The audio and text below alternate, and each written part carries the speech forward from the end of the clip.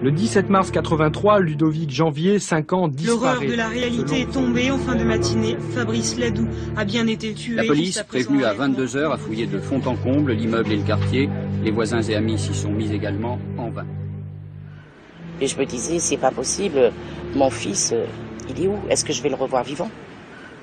Moi, j'ai toujours pensé que Charazade avait disparu.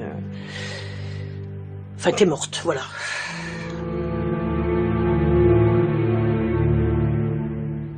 Notre société n'a pas la place pour ces gens-là. Il faut les traquer. Les traquer comme ils traquent les enfants, comme ils traquent n'importe qui. Il faut les lâcher. On n'est pas dans un conte, on n'est pas dans une histoire, on est dans la vie. C'est des choses qui n'existent pas dans la vie, ce genre de truc. Ça n'existe pas. Un enfant qui se fait enlever, ça n'existe pas dans la vie de tout le monde. Et pourtant, ça nous est arrivé.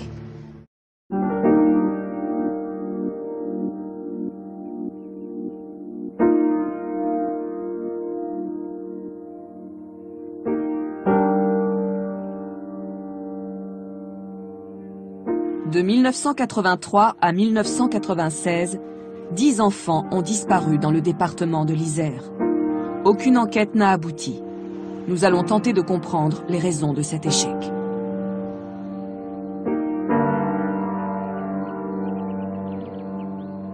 Saint-Martin-d'Air, dans la banlieue de Grenoble.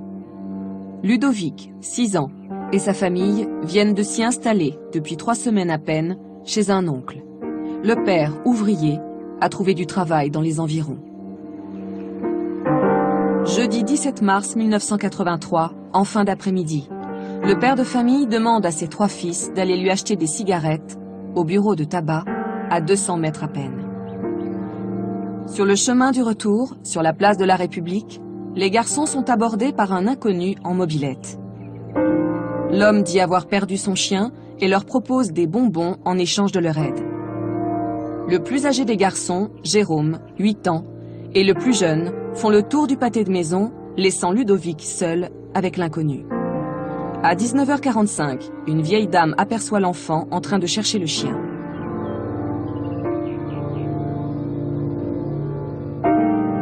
Quelques minutes plus tard, quand les 2 frères reviennent sur la place, Ludovic n'est pas là. Plus personne ne le reverra. Il n'y a ni témoin, ni trace d'aucune sorte. Il a dû être abordé aux alentours de 19h15, 19h30, et les gamins sont rentrés tout de suite, donc les parents, quelques minutes après, ont pu se rendre sur les lieux, la place qui était voisine, et n'ont vu plus personne. C'est donc ici, place de la République, que Ludovic a disparu jeudi soir vers 19h30, à quelques mètres de la police municipale de Saint-Martin-d'Air, et juste en face de la maison de son grand-oncle, où il habite avec ses parents.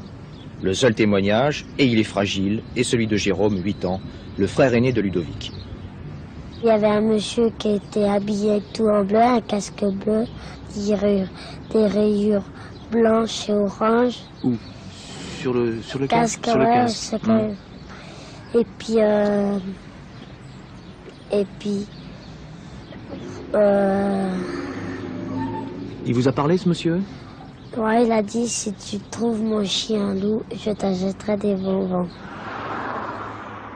Les recherches commencent tout d'abord à se faire sur le quartier, sur tout ce qui est environnement immédiat, avec une fouille systématique des caves, des garages, des lieux désaffectés, des allées d'immeubles, avec le recueil des témoignages des habitants du quartier pour savoir si l'un d'entre eux a pu apercevoir ce fameux individu dont le petit Jérôme a donné le signalement, pour pouvoir orienter les recherches des services de police. Fouilles des environs, perquisitions, vérifications, interpellations, auditions se succèdent. L'emploi du temps d'une trentaine de suspects potentiels est vérifié. Le tout en vain. La mère de Ludovic s'accroche à l'espoir de revoir son fils vivant. Elle lance un appel aux ravisseurs. Je leur dirais de me rendre mon enfant et puis pas de lui faire de mal. Parce que c'est quand même mon fils. Puis je l'aime. Mais rendez-moi mon fils. On ne mérite pas ça. Faut qu'au moins les ravisseurs du contact, qu'il est bien en vie, qu'il est bien vivant, tout, qu'il est en bonne main. Mais on ne sait rien, on ne sait même pas.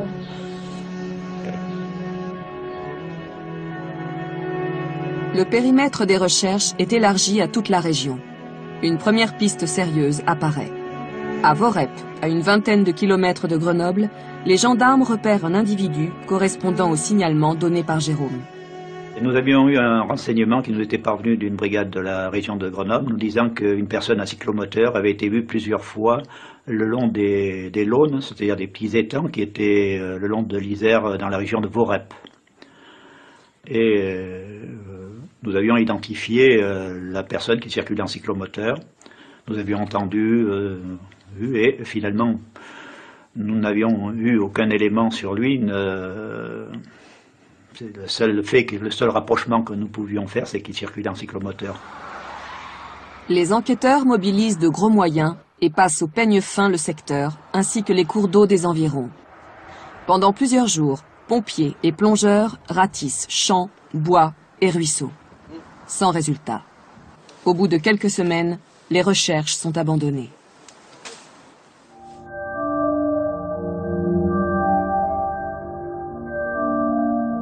Quatre mois plus tard, à quelques kilomètres de Saint-Martin-d'Air, la cité Adrien-Ricard à Grenoble. Les vacances scolaires ont commencé depuis une semaine pour Grégory Dubrul, âgé de 8 ans. 4 mois après, puisque c'est au cours de l'été, où là un deuxième enfant disparaît également. Là c'est Grégory, qui a 8 ans lui. Ça se passe pas dans le même quartier, ça se passe dans le quartier du Courbériat, de la rue du Vercors. Le gamin joue en bas et le seul rapprochement avec l'autre affaire, c'est que c'est la même heure, c'est aux alentours de 19h30 quoi. C'est à peu près l'heure à laquelle souvent les gamins rentraient, c'est l'été. Samedi 9 juillet 1983, fin d'après-midi. La famille Dubrul passe à table, dans l'appartement du 2e étage. Grégory, pressé de s'amuser avant la tombée de la nuit, avale son repas et quitte l'appartement. 10 minutes plus tard, son demi-frère, Eddy, descend le rejoindre en bas de l'immeuble. Grégory n'est plus là. Dans un premier temps, Eddy ne s'inquiète pas de cette absence. Mais la mère des garçons surveille régulièrement ses enfants du haut de sa fenêtre. Donc je me suis mis à la fenêtre, j'ai appelé Eddy, je lui ai demandé où il était, il m'a dit écoute je sais pas, je suis descendue, il n'y avait plus personne. Donc je suis descendue à mon tour avec Eddy, donc on a fait pas mal de parcs, on a fait le tour de l'immeuble et tout. Après j'ai pris ma voiture pour aller un peu plus loin, j'ai fait tout le Courbériat, tout ça, et pas de Grégory. Je suis remontée chez moi, j'ai téléphoné dans les hôpitaux, dans les cliniques, si des fois il n'y avait pas eu un accident ou quoi que ce soit, rien du tout. Donc là, la nuit tombée, je me suis dit il est arrivé quelque chose de grave. J'ai téléphoné à la police. Très vite, les policiers ratissent les quartiers avoisinants, puis étendent les recherches à toute la ville, avant de donner l'alerte à tous les services régionaux. Malgré cela, Grégory reste introuvable. Le lendemain, en fin de matinée, les services de police reçoivent un appel téléphonique de la gendarmerie de Vorep. Un habitant a découvert dans le massif de la Chartreuse un jeune garçon gisant sur un chemin forestier à 20 km de la cité Ricard. Convenons-en, c'est un véritable miracle que le petit Grégory soit aujourd'hui vivant après cette agression, enlevé, frappé, laissé pour mort et jeté dans une décharge publique située à une quarantaine de kilomètres de Grenoble. L'enfant, qui est âgé de 8 ans, parvenait à se traîner sur un chemin et à donner l'alerte. Il avait été enlevé le 9 juillet dernier à quelques mètres de son domicile. Je l'ai pas reconnu, quoi. De toute façon, il était vraiment dans un état, c'était atroce. Il a été ouvert tous côtés. Derrière la tête, c'était tout enfoncé. Il a eu un coup de serpette. Enfin, d'après les médecins, c'est un coup de couteau ou un coup de serpette. À 2 mm de plus, ça lui crevait l'œil. Il avait toutes les marques de strangulation. Il était bleu de partout. Il était vraiment... puis bon, tout déformé parce que dès que ça touche la tête, il était vraiment... et plus les jours passaient, au plus il se déformait, quoi. En l'absence de tout témoin extérieur de l'enlèvement, les policiers veulent entendre au plus vite Grégory sur son lit d'hôpital. La première fois où on le voit, c'est le lendemain. Et là, il est un peu sous neuroleptique, donc il est pas bien clair. 2 ou 3 jours après, ça va mieux. Il a bien repris le dessus. Et donc, on l'a vu plusieurs fois, avec audition ou simple conversation. Y compris quand sa maman allait le voir aussi. Elle recueillait sa déposition et elle nous en faisait part. Et tout se recoupait, quoi. Je crois qu'il n'y a pas eu vraiment de changement, quoi. témoignage solide pour un enfant. Un témoignage sur lequel on croyait fort. À 19h15, ce samedi, assis au pied de son immeuble, Grégory attend Eddy. Soudain, le conducteur d'une voiture s'arrête et lui fait signe de s'approcher. La voiture, elle s'arrête là. Mon petit garçon, je sais pas, il m'a nous l'impasse. Moi, je suis allé, voilà, je lui ai indiqué le chemin. Et il comprenait pas bien. Mais je dis, si, c'est tout simple, c'est comme ça. Ça fait, on va dire, une sorte de S entre les ruines, entre les entrepôts, et puis vous débouchez sur la rue Pierre-Sémar. Allez, monte et tout. Je suis monté avec lui. Donc, arrivé à la fin de la rue en question, moi, je dis, ça y est, c'est bon, je dois descendre là, la rue, c'est là. Il m'a dit, non, t'inquiète pas, on va faire un petit tour, je connais tes parents et tout. Mets-toi là par terre, c'est-à-dire là où on met les pieds. Et voilà, c'est comme ça qu'il m'a enlevé. C'est comme ça qu'il m'a enlevé. Ça, top chrono, 1 minute. Le temps de... Elle mène nous la rue, voilà, monte avec moi, c'est parti. Après, vu que je me suis mis à pleurer, j'étais terrifié. J'étais tellement terrifié, moi, comme une petite souris avec un chat. Et lui, il me parlait pas. Psychologiquement, il était dans son truc, il était en train d'imaginer ce qu'il allait me faire. Je n'ai pas trop regardé des films d'horreur, mais on imagine le reste, quoi. On va pas voir ses parents ce soir. Grégory perd connaissance au fond de la voiture et dit ne plus se souvenir de rien. 20 km plus loin, au col de la Placette, sur les contreforts de la Chartreuse, le ravisseur s'engage sur un petit chemin forestier qui mène à une décharge sauvage. 16 heures après avoir été enlevé, Grégory se réveille, seul, au fond d'un petit ravin de montagne. Moi, j'ai repris connaissance, on va dire que j'étais environ par là. Après, on en a déduit, grosso modo, qu'il m'a jeté de là-haut. Moi, pour moi, c'était énorme, c'était haut. J'avais la tête en sang, comme si j'étais dans un étau. Ma tête était comprise dans un étau, ça me faisait mal. Il y avait plein de mouches de partout. Je mettais ma main, c'était comme de la gélatine, je sais pas c'était quoi. J'ai même pas pensé à lui ou quoi que ce soit, à ma maman, machin. Vous voulez que je sorte de là. Vous voulez que je sorte de là. L'instinct de survie. L'instinct de survie. Vous voulez que je sorte de là. Je trouve quelqu'un, un humain, quelqu'un qui puisse m'aider, un homme, une femme, n'importe qui, un chien, je vole, n'importe qui. Vous voulez que je sorte de là. L'instinct de survie. Et pourtant, j'assure, j'étais KO. Au loin, il y avait une maison là-bas. Et c'est ce qui m'a amené, que j'ai pris le chemin, je suis passé par en dessous, tout à la force des bras. J'étais KO, tout à la force des bras. J'ai rampé.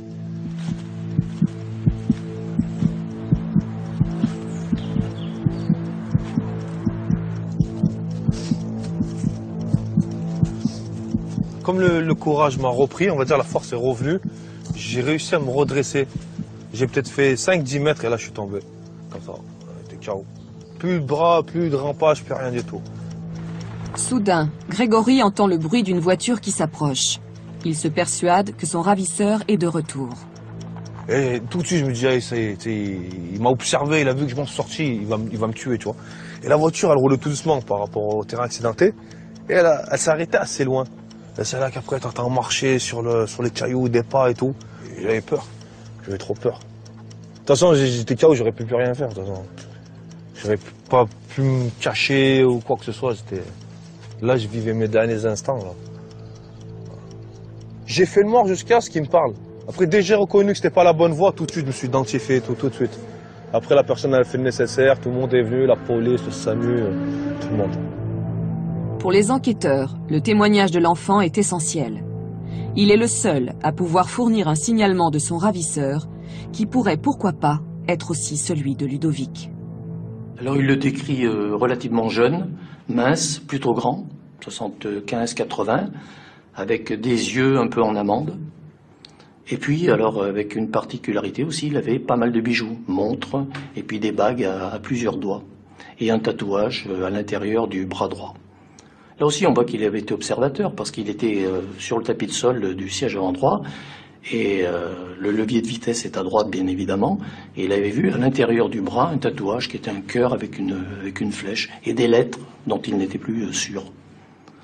Il avait donné des lettres, mais après, il n'y avait pas de certitude. Et il a toujours gardé cette version, tant sur le signalement que sur le véhicule. Le véhicule décrit par Grégory serait une Mercedes de couleur marron orangé. Les policiers établissent une liste de 2500 véhicules pouvant correspondre à celle du ravisseur. On a fait le maximum le plus tôt possible. Les équipes partaient tous les jours pour vérifier les Mercedes. C'était notre point parce qu'il avait été quand même observateur, le gamin, parce que il se rappelait qu'il y avait un autoradio, lecteur de cassette, ça nous permettait de situer un peu la date de fabrication de la voiture avec un bouton rouge qui correspondait au warning positionné à tel endroit sur la console centrale. Il y avait une antenne d'aile. Il y avait aussi un petit pendentif qui était un joueur de football qui pendait au rétroviseur intérieur. Enfin, il y avait quelques détails qui auraient pu permettre d'accrocher quelque chose, quoi. Durant des mois, les policiers contrôlent les 2500 Mercedes et vérifient le profil et l'emploi du temps de leurs propriétaires. On n'a pas eu d'individus connus pour avoir été impliqués dans des affaires de mœurs, par exemple, qui avaient de Mercedes. Il y en avait, c'était un peu litige. Il y avait des gens connus qui avaient des Mercedes, bien évidemment, qui se trouvaient dans le secteur, qui étaient passés le soir dans le secteur, mais enfin bon, où la couleur ne correspondait pas, où les gens avaient des alibis. Toutes les vérifications qu'on a faites, je vous dis, partout dans le département, n'ont jamais abouti.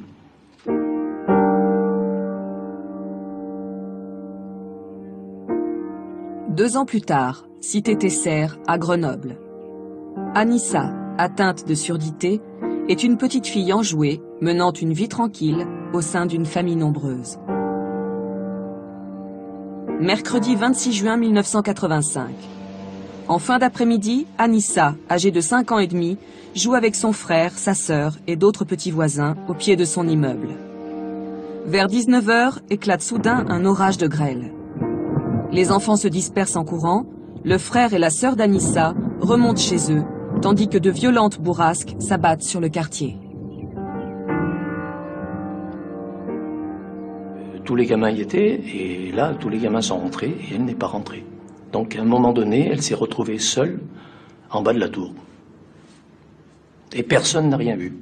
Et compte tenu de l'orage, les gens sont rentrés rapidement, et personne n'a pu dire si elle était partie avec quelqu'un, si elle s'était éloignée. Non, on n'a rien du tout, absolument rien. Les parents recherchent dans l'allée, et nous préviennent, mais tardivement quand même, au moins 2 ou 3 heures après. Et là, les recherches entreprises n'aboutissent pas. Et aucun élément. Mais là, aucun élément, pas de témoignage, rien du tout. Anissa a 5 ans et demi, les cheveux bouclés châtains et plus courts que sur cette photo. Le soir de sa disparition, elle portait un pull blanc et un short bleu. Ses parents habitent au 7e étage de cette tour de l'avenue Paul Coca dans le quartier de l'Abbaye, où s'est produite la disparition d'Anissa le mercredi 26 juin. La police, prévenue à 22h, a fouillé de fond en comble l'immeuble et le quartier. Les voisins et amis s'y sont mis également, en vain. La maman d'Anissa ne trouve aucune explication à cette disparition et l'on imagine son angoisse depuis 6 jours. Elle était seule en bas ou elle était avec ses... Non, elle était avec son grand frère et sa grande sœur. Son grand frère, il a 14 ans et l'autre, elle a 11 ans, la petite. Il y avait beaucoup de petits aussi. Hein. Et ils sont montés sans elle? Ils sont montés sans elle, oui. Mais elle a l'habitude de monter seule? Elle a l'habitude de monter seule et puis elle connaît la maison, elle monte par les escaliers, elle prend l'ascenseur. Hein.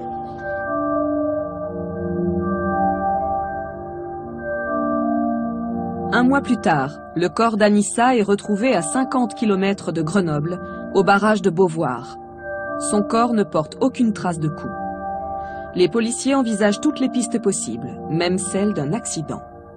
On se pose beaucoup de questions. A-t-elle été enlevée, a-t-elle été jetée dans l'Isère? Parce qu'elle est morte noyée. Ce qui est sûr, c'est qu'elle était morte noyée, il y avait de l'eau dans les poumons, donc l'autopsie affirme qu'elle est morte noyée. Alors, on a tout envisagé, on a envisagé que avec l'orage, avec vraiment un orage intense, qu'elle ait pu être absorbée par une bouche d'égout. Bon, les vérifications faites là avèrent que c'est pas possible. On peut à la limite, mais on ne peut pas rejoindre l'Isère. Il y avait qu'à proximité de chez elle, quand même, il y avait un collecteur vers le stade de la Poterne où les gamins du quartier jouent. Un collecteur où si on tombe dans le collecteur, là on peut être conduit jusqu'à l'Isère, puisqu'il y avait un cheminement qui conduit directement à l'Isère. Mais seulement le collecteur, il fallait l'ouvrir, ce qui n'était pas forcément de sa capacité, quoi. Alors, bien sûr qu'après restait la possibilité de l'enlèvement. Seulement là, on n'a aucun élément, et alors le corps, aucune trace, et aucun sévice. Donc là, nous, ça a été le point d'interrogation. Toutes les investigations menées, là, c'est pareil, n'ont pas abouti du tout. 3 disparitions inexpliquées d'enfants en l'espace de 2 ans dans la même région. Les enquêteurs n'ont pas manqué de faire le rapprochement. Ils tentent de trouver les points communs qui pourraient accréditer la thèse d'un tueur en série. Les 3 affaires se sont déroulées à quelques kilomètres de distance. Les enfants, issus de milieux modestes, habitent tous des cités HLM. Mais pour les enquêteurs de l'époque, ces similitudes ne sont pas assez significatives. Il n'y a qu'une chose qui correspond sur les 3 affaires, c'est l'heure de la disparition, qui se situe toujours autour de 19h30, 19h45. Donc compte tenu que c'est juin, juillet, que c'est en été, ça peut se comprendre, il fait jour, il fait bon, les gamins restent un peu plus dehors. C'est tout. Sinon, un coup c'est une mobilette avec un casque bleu, le coup d'après c'est une Mercedes. À Nissa, il n'y a rien du tout. Donc les rapprochements, on les fait, bien sûr. Hein. On essaye toujours de voir si on peut transférer un élément sur l'autre pour faire des rapprochements. Mais là, rien ne correspondait. Les 3 enquêtes s'enlisent quand survient un premier coup de théâtre en 1985.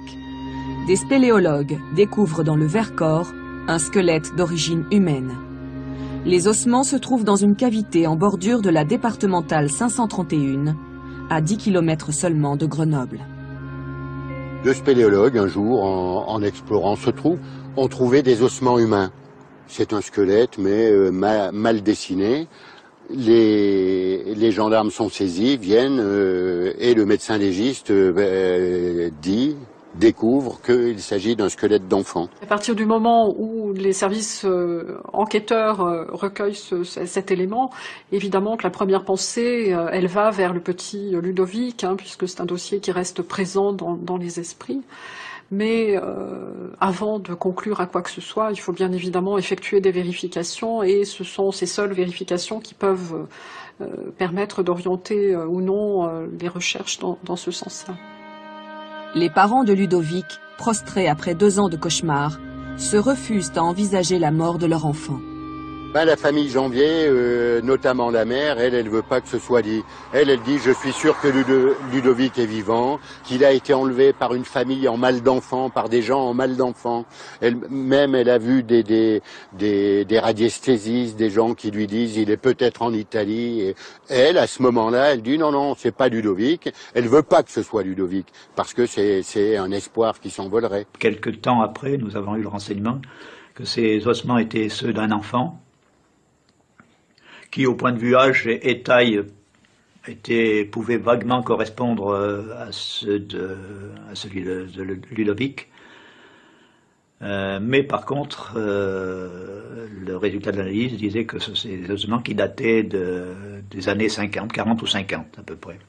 Or, nous avons bien sûr vérifié dans ces périodes-là, en prenant en amont et en aval une marge très importante, et aucun enfant correspondant à ce signalement avait été signalé comme disparu à cette époque-là. Je crois que c'est assez clair, c'est pas Ludovic. Pour moi, c'est pas Ludovic. Ou sera un coup de théâtre extraordinaire. Mais pour les enquêteurs, c'était pas Ludovic non plus. Si ça avait été Ludovic, d'ailleurs, c'est les parents qui auraient récupéré les restes et qui l'auraient inhumé. Non, ni pour les parents, ni pour les enquêteurs, ça ne correspondait pas, la date ne correspondait pas. Ludovic disparaît il y a 2 ans et les légistes disent c'était il y a 20 ans, il y a plus de 20 ans. Quelques mois plus tard, un deuxième rebondissement survient au palais de justice de Grenoble. Un détenu dénonce un prénommé Guy comme étant l'auteur de l'enlèvement de Ludovic. Les policiers prennent cette piste au sérieux car le détenu n'a rien à espérer de sa dénonciation. Le détenu, il avait donné le surnom de l'intéressé en disant que cet individu, en présence d'une tierce personne, s'était vanté d'avoir enlevé et tué un enfant à Saint-Martin-d'Hères. Donc à ce moment-là, les services de police interpellent cet individu et me rendent compte de cette interpellation puisque je suis en charge du dossier et je dois donc prendre la décision d'inculper ou de faire relâcher cet individu. Avec l'inculpation d'un homme de 35 ans par le juge d'instruction, Marie-Claude Massonat, la justice tient là un prévenu sur mesure. Cependant, des précédents fâcheux, il suffit de se reporter à l'affaire Grégory, font que la prudence doit rester de mise. La mère de Ludovic, quant à elle, ne croit pas à la culpabilité de ce Grenoblois, déjà connu pour ses mœurs contre nature. C'est un fait qu'ils ont arrêté un homme, mais l'homme n'a quand même pas fait d'aveu. pour moi, j'arrive pas à croire ça. Qu'il y a trop de choses qui vont pas et parce que je pense que c'est un sadique, bon, quand il veut faire des choses comme ça, bon, il fait ce qu'il a à faire et puis après, bon, bah, l'enfant le retrouve dans un coin, mais puis même un sadique ne téléphonerait pas à une juge d'instruction et n'aurait pas téléphoné non plus à la mère. C'est pour ça que je pense pas que cet homme ait à avoir quelque chose là-dedans.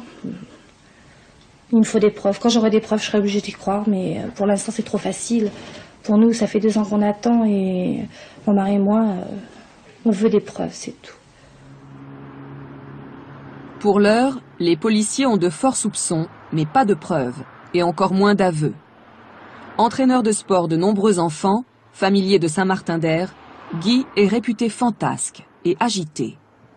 Lorsqu'ils l'entendent, les policiers et la juge tentent de le faire craquer avec les éléments dont ils disposent. Le signalement qui correspond à celui donné par Jérôme, les explications de cet individu qui peuvent sembler peu satisfaisantes ou en tout cas laisser penser qu'il ne dit pas tout, qu'il ne s'explique pas de façon claire. Qui connaissait le quartier, qui de plus était déjà affiché dans nos services et était connu pour sa violence et sa perversité sexuelle aussi. Donc il avait un profil qui correspondait bien, quoi. Guy clame son innocence et ses amis œuvrent maintenant pour sa réhabilitation. Guy a toujours nié les faits. À l'époque, un comité de soutien s'était constitué pour clamer son innocence. Un gouvernement de gauche, une police de droite à Grenoble. Moi je le dis, un gouvernement de gauche, une police de droite à Grenoble, extrême droite, c'est honteux. Un gouvernement de gauche, une police de droite à Grenoble, c'est honteux. Une police de droite, un gouvernement de gauche. Incarcéré pour enlèvement et séquestration d'enfants, il entame une grève de la faim. Pour ses avocats, il sert tout simplement de bouc émissaire. Face à de tels drames, la justice, l'opinion publique, les médias, tout le monde a besoin d'un coupable. Mon client pouvait tout à fait correspondre à ce coupable. Ce n'était pas le coupable, c'était un coupable. Et avec lui, on pensait apaiser les tourments de la famille, de l'opinion publique. On pensait lui offrir un coupable. Chacun imaginait bien dès le début que ce n'était pas le coupable. À l'issue de 2 mois d'incarcération, Guy est finalement libéré, faute d'éléments probants ou d'aveux. Un non-lieu sera prononcé en sa faveur 1 an plus tard. C'est toi.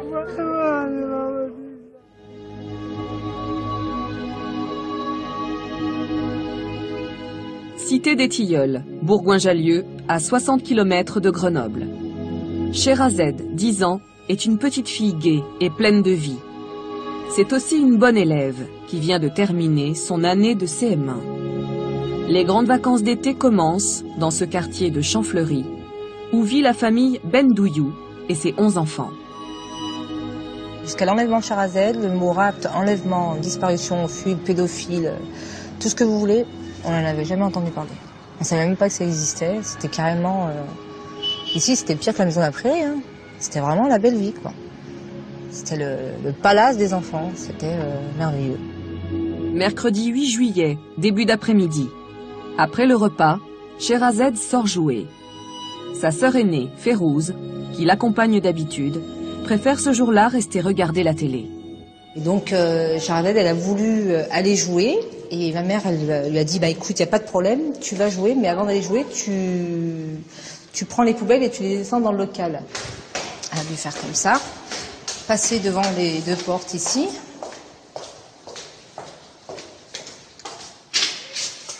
Appuyer la petite... C'était un réflexe. Descendre ici. La porte était beaucoup plus légère. Elle arrive là. Et là, il y avait 2 petites portes. Elle les ouvre. Et en principe, elle devait vider le carton, le reprendre et remonter à la maison. Sauf que le carton a été retrouvé dans le local à poubelle. Et on n'a plus rien d'autre. Plus rien d'autre. Il n'y avait pas de porte là. Il n'y avait rien. C'était ouvert. C'était accessible à n'importe qui en voiture. Ça menait à l'extérieur. Donc en fait, n'importe quelle voiture pouvait venir et repartir sans que personne ne voie quoi que ce soit. Voilà.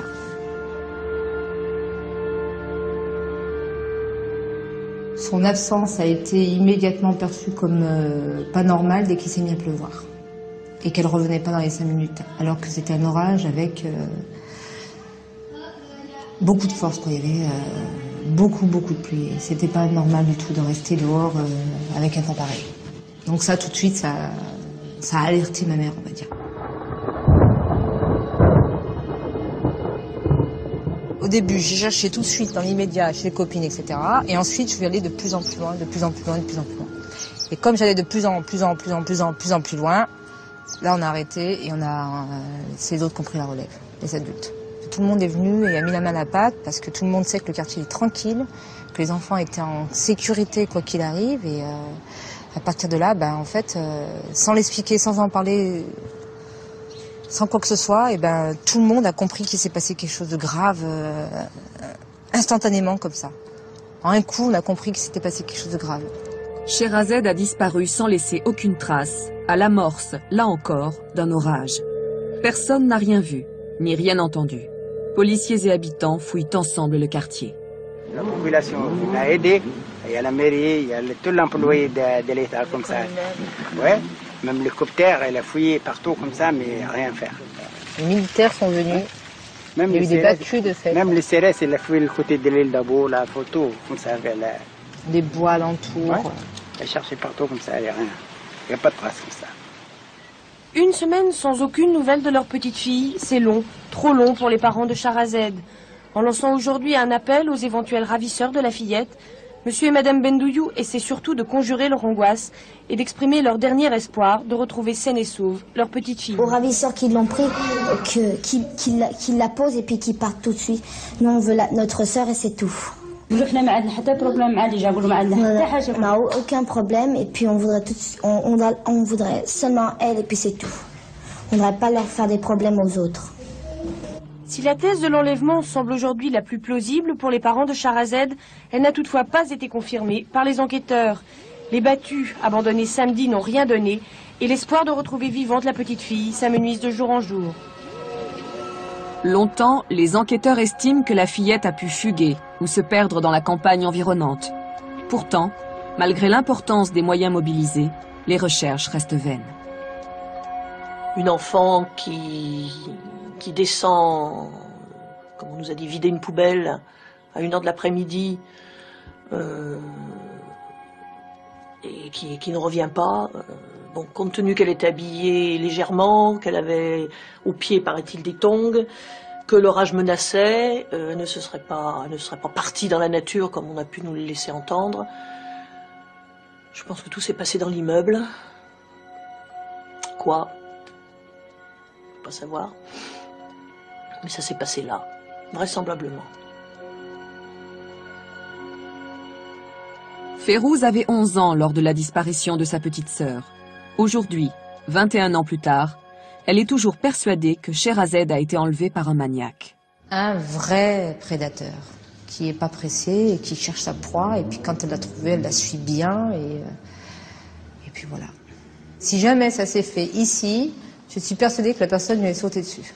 Je suis sûre que la personne l'a chopée, l'a réduit au silence et est partie avec, très rapidement. C'est impossible que Sherazade y soit allée d'elle-même. Elle était très serviable, très gentille, etc., mais elle était aussi très intelligente. Dans les mois qui suivent, une seule piste sérieuse s'offre aux enquêteurs. Le directeur de l'école de Sherazade est accusé de pédophilie par plusieurs parents de jeunes élèves. Il est interpellé. On ne nous a pas parlé d'arrestation sur le moment. On nous a dit simplement qu'il serait absent pour quelques jours, etc. C'est tout. Et puis c'est après qu'on a su qu'en fait, il avait été arrêté. Pourquoi exactement ? Pour affaire de mœurs. Je pense que ça faisait pas mal de temps que ça se passait, disons, dans l'école, où il y avait des élèves qui restaient après la classe, ou le mercredi, oui, c'était le mercredi à l'époque déjà, où il en faisait venir certaines dans l'école. Longuement interrogé au commissariat, le directeur nie pourtant une quelconque responsabilité dans la disparition de Sherazade. Il n'a pas été inquiété dans le cadre de l'affaire Sherazade, il a été arrêté pour d'autres affaires, mais ils lui ont demandé des explications concernant le dossier de Sherazade. Et comme c'est écrit noir sur blanc, je n'ai rien fait, Donc c'est pas lui. Encore une fois, après cette piste avortée, aucun autre élément nouveau ne permettra d'élucider le mystère de la disparition de Sherazade. Sans indice, sans témoignage, le dossier se referme lentement.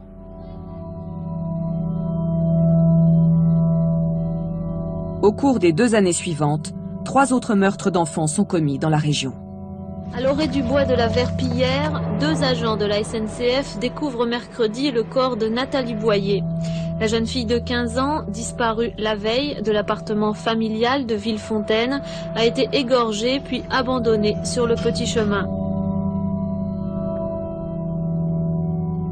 C'est dans ce ravin, près de Quai en Chartreuse, à une quinzaine de kilomètres de Grenoble, que le corps du petit Fabrice Ladoux, 12 ans, a été retrouvé. Les enquêteurs penchent toujours pour la thèse de l'enlèvement par un maniaque sexuel sur le chemin de l'école. Enlevé, violé, étranglé, l'autopsie pratiquée aujourd'hui sur le corps de Rachid Bouzian a levé tous les doutes sur l'aspect sexuel du meurtre. Malgré la putréfaction très avancée du cadavre par la canicule, les médecins légistes penchent pour la strangulation.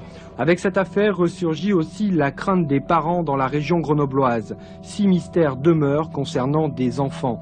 Seule corrélation entre ces affaires, l'absence d'inculpés ou même de suspects. De 1983 à 1990, 7 enfants ont disparu. Seul Grégory a été retrouvé vivant. On n'a jamais retrouvé la moindre trace de Ludovic et de Sherazade. On a retrouvé en revanche les corps, souvent atrocement mutilés, d'Anissa, Nathalie, Fabrice et Rachid. Seule Anissa n'a pas subi de sévices sexuels. Des meurtres, des enlèvements, des disparitions d'enfants, c'est quand même grave. Dans un même secteur géographique, il y a au maximum 60 km de rayon.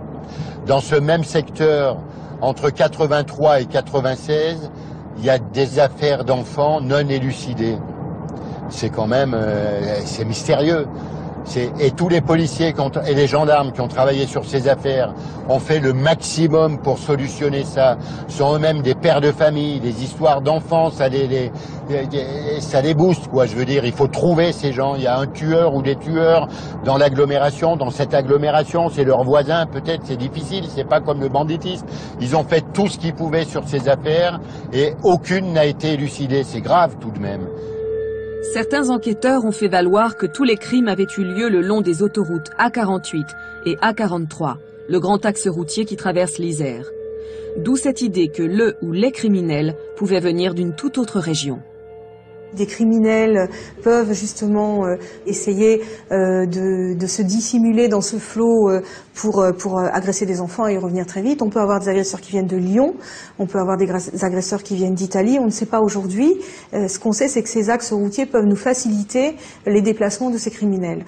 On peut donner une indication. Si vous habitez Clermont-Ferrand, si vous habitez Mâcon ou Lyon, en quelques heures, vous êtes sur place et vous disparaissez en quelques heures.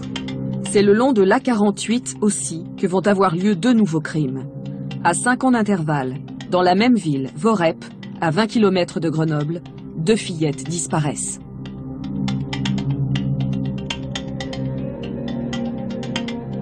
Le 15 avril 1991, la petite Sarah, âgée de 6 ans, joue en bas de chez elle. En ce jour de l'Aïd, les parents ne s'aperçoivent pas tout de suite de son absence. Quand ils s'inquiètent de ne pas la voir remonter, l'aire de jeu au milieu de la cité est vide. Sarah a disparu. Son corps est retrouvé le lendemain derrière son immeuble. L'autopsie confirme que la fillette a bien été étranglée et qu'il y a eu tentative de viol. Le corps a été découvert hier matin dans ce bois à 200 mètres du domicile de Sarah.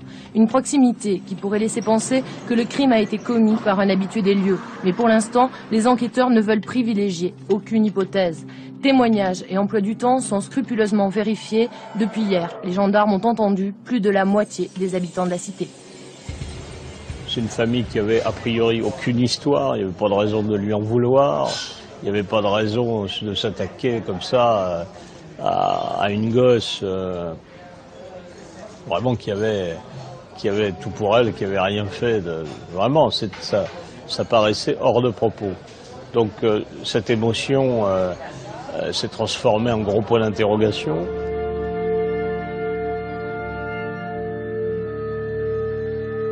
Le 24 novembre 1996, à quelques centaines de mètres de l'immeuble de Sarah, la petite Saïda, 10 ans, se rend au gymnase près de chez elle. Son corps sera retrouvé 36 heures plus tard par un gendarme dans un ruisseau en bordure de la commune. On ne saura jamais ce qui lui est arrivé.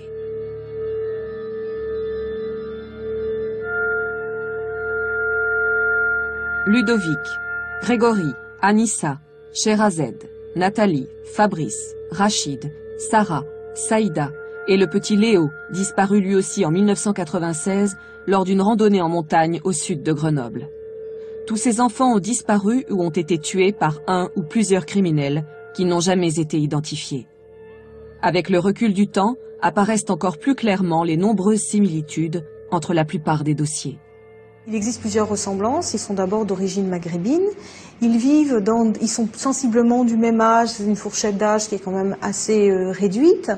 Ils vivent dans des ensembles immobiliers, dans des HLM qui se ressemblent, dont l'architecture est très semblable, dont la population était sensiblement la même dans chaque ville, dans la même région. Ils disparaissent tous à des moments qui sont très particuliers, puisqu'en matière de pédophilie, on voit que les agressions d'enfants se font souvent à la sortie de l'école ou sur le chemin de l'école. Il se trouve que ces enfants-là, dans l'Isère, ça n'est pas sur le chemin de l'école, ça n'est pas à la sortie de l'école, c'est à d'autres moments où leur emploi du temps leur permet d'être à proximité de ce criminel-là, mais ça n'est pas à la sortie de l'école. Donc c'est des gens qui ont pu les approcher d'une certaine façon, et ça c'est très intéressant. Faut-il y voir pour autant l'ombre fantomatique d'un unique et insaisissable tueur en série? Les enquêteurs en ont depuis longtemps écarté l'idée. Vous savez, le temps, c'est facile, 20 ans après, de dire, ben oui, de faire un rapprochement, ça paraît simple, on publie 10 photos les unes à côté des autres, et ça paraît très rapproché dans le temps, mais en fait, il y a de l'eau qui coule sous les ponts tout de même. Et 2 ans, ça paraît court, longtemps après, mais à l'époque, on est d'abord sur une affaire, et puis on l'oublie un peu, hein, et puis 2 ans après, c'est une autre affaire, et puis 3 ans après, encore une autre affaire, et puis en 96, entre 83 et 96, on ne fait pas forcément des rapprochements, non. Pour ces 10 affaires, on ne parle pas d'un tueur en série. Mais il peut y avoir plusieurs auteurs. Et un même auteur peut avoir commis plusieurs crimes. Oui, ça c'est évident. La dispersion des dossiers entre plusieurs juges d'instruction et plusieurs services d'enquête n'a pas permis de réellement comparer chaque détail de chaque affaire, ce qui laisse la porte ouverte à toutes les hypothèses. À partir du moment où on n'a pas identifié ce criminel depuis 15 ans, 20 ans, on a des chances qu'il ait recommencé. Et c'est pour ça que je dis qu'il peut y avoir des criminels en série dans cette région et dans ces séries. En fait, ces séries nous montrent que quelque part, quelque chose ne fonctionne pas et qu'on n'a peut-être finalement pas trouvé ce tueur parce que c'était quelqu'un qui peut-être bougeait et qui commettait plusieurs actes. Il peut y avoir un ou plusieurs tueurs. Il peut y avoir plusieurs tueurs qui se sont rassemblés sur plusieurs cas. On peut avoir des tueurs en série avec des complices. On l'a suffisamment expliqué aujourd'hui, je pense, pour qu'on sache que, contrairement à ce qui est dit, les tueurs en série ne sont pas forcément seuls. Donc on peut avoir un groupe de tueurs qui a pu s'attaquer à plusieurs enfants. En 2005, les dossiers des disparus de l'Isère vont peu à peu ressurgir du néant. Et cela grâce à l'obstination de Férouz, la sœur de Sherazed. 20 ans après la disparition de sa sœur, la jeune femme cherche toujours des réponses. Elle a ainsi compris que les investigations menées pour tenter de retrouver la trace de Sherazed avaient été arrêtées en 1988, un an seulement après la disparition, et sans que la famille n'en ait été avertie. Depuis, elle épluche inlassablement, feuillet après feuillet, les seules 80 pages du dossier judiciaire de sa sœur. J'ai mis beaucoup de temps à comprendre que finalement, ils avaient stoppé les recherches en 88 sans dire quoi que ce soit à qui que ce soit. Voilà. Alors, malgré les nombreuses recherches effectuées, le corps de Sherazed n'a pas été retrouvé. Il n'a pas été possible de déterminer si la disparition de Sherazed était d'origine criminelle ou était due à une fugue ayant mal fini. Dans la conclusion, ils disent que quoi qu'il arrive, si le fait de fermer le dossier dans le 88 ne veut pas dire qu'on en arrête là. En fait, le gars il est en train d'expliquer que de toute façon, ils sont sensibilisés par ces disparitions et qu'il y aura des liaisons qui vont être assurées et que de toute façon, quoi qu'il arrive, s'il y a d'autres cas qui arrivent après, on rouvrira automatiquement le dossier de Sherazed. Or, ça n'a jamais été le cas. Jamais, jamais, jamais, le dossier a été rouvert. Pourtant, il y a eu beaucoup d'enfants enlevés après, et malheureusement assassinés à la suite. Il n'y a jamais eu de lien, ni de corrélation fait entre celui de Charazade et les autres. De manière générale, ces dossiers étaient abandonnés. On ne cherchait plus la vérité dans ces affaires, au point que certaines pièces ont disparu, que les dossiers ont été très difficiles à retrouver.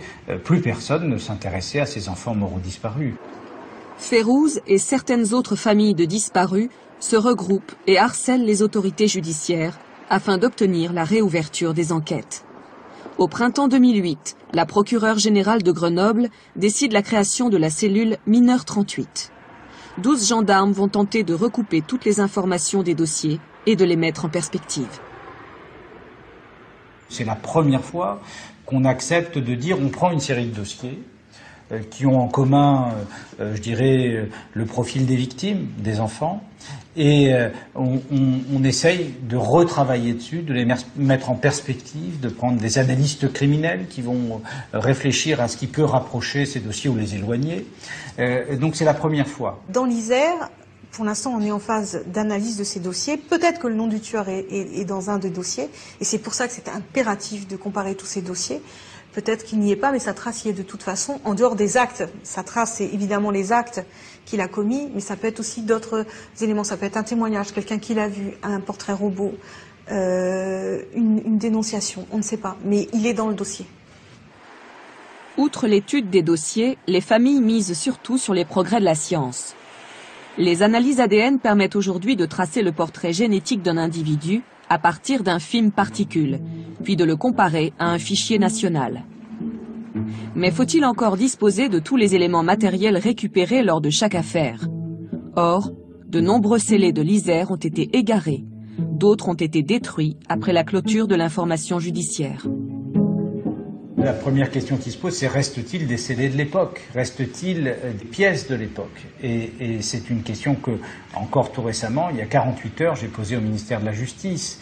On détruit aujourd'hui légalement en France des preuves de crimes dans tout un tas d'affaires sans utiliser les nouvelles techniques de police scientifique pour trouver l'ADN. Donc malheureusement dans ces dossiers, on peut penser que beaucoup de scellés, de pièces ont disparu. Il se trouve qu'à Grenoble, effectivement, le tribunal avait déménagé, qu'il est possible qu'on ait perdu des scellés. Ça fait 1 an qu'on demande ces scellés. On n'abandonnera pas ces demandes-là. Ils sont très importants, surtout dans l'affaire Grégory, puisque dans l'affaire de Grégory, il a été manipulé par son agresseur. Il est possible qu'on puisse retrouver des traces d'ADN selon la conservation de ces scellés. Donc on demande évidemment la recherche de ces scellés. Avec tous les éléments que Grégory a pu donner, il y a quand même eu des scellés, il y a quand même eu du sang. Il y a une lanière qui est pleine de sang, sous scellé. Il y a une pierre avec du sang. Il y a ces vêtements aussi qui sont sur scellés. Vous allez quand même pas me dire que sur tous ces trucs-là, qui est que les empreintes de mon fils. L'énigme des disparus, qui plane sur l'Isère depuis les années 80 et 90, va peut-être rendre une part de son mystère. C'est aujourd'hui, 20 ans après, le seul espoir qui reste aux familles. L'espoir qu'un ou plusieurs de ces meurtres d'enfants non résolus le soient enfin, un jour. Une affaire non résolue. Ben, il y a beaucoup de déceptions. C'est terrible pour les parents des victimes, bien évidemment, hein, qui peut-être, comme on dit traditionnellement, ont du mal à faire leur deuil. Mais c'est très pénible aussi, très difficile aussi pour les enquêteurs, parce qu'on fait le maximum. Et alors quand on n'arrive pas à résoudre une affaire de cambriolage, voire de braquage, on est déçu, certes, mais enfin, c'est un braquage immatériel. Quand il y a vie, et vie d'enfant de surcroît, c'est très difficile à vivre. Moi, je suis extrêmement optimiste quand on ouvre des dossiers. Plus ils sont anciens, plus je crois aujourd'hui, et je voudrais aussi combattre cette idée des 48 heures après lesquelles on ne peut plus rien faire. Plus ils sont anciens, plus je crois qu'on a de chances de trouver la vérité, de trouver ces criminels, de savoir ce qui s'est passé. Pour une raison simple, c'est que plus le temps passe, plus il y a des éléments qui se sont accumulés contre le criminel. Et ça, ils ne le savent pas toujours. Moi, c'est vrai qu'il m'a enlevé. C'est vrai qu'il m'a, on va dire, défiguré un petit peu. Il m'a éclaté le crâne, il m'a jeté. Mais je suis pas mort. Donc il s'est loupé. Il s'est loupé en vérité, c'est pas un professionnel. Il s'est loupé. Il s'est loupé en vérité. Il a fait une erreur. Pour l'instant, ça fait 30 ans qu'il court. Et peut-être qu'il va pas courir très longtemps. Peut-être que maintenant, il court sur les genoux, on sait pas. Il va pas courir très longtemps.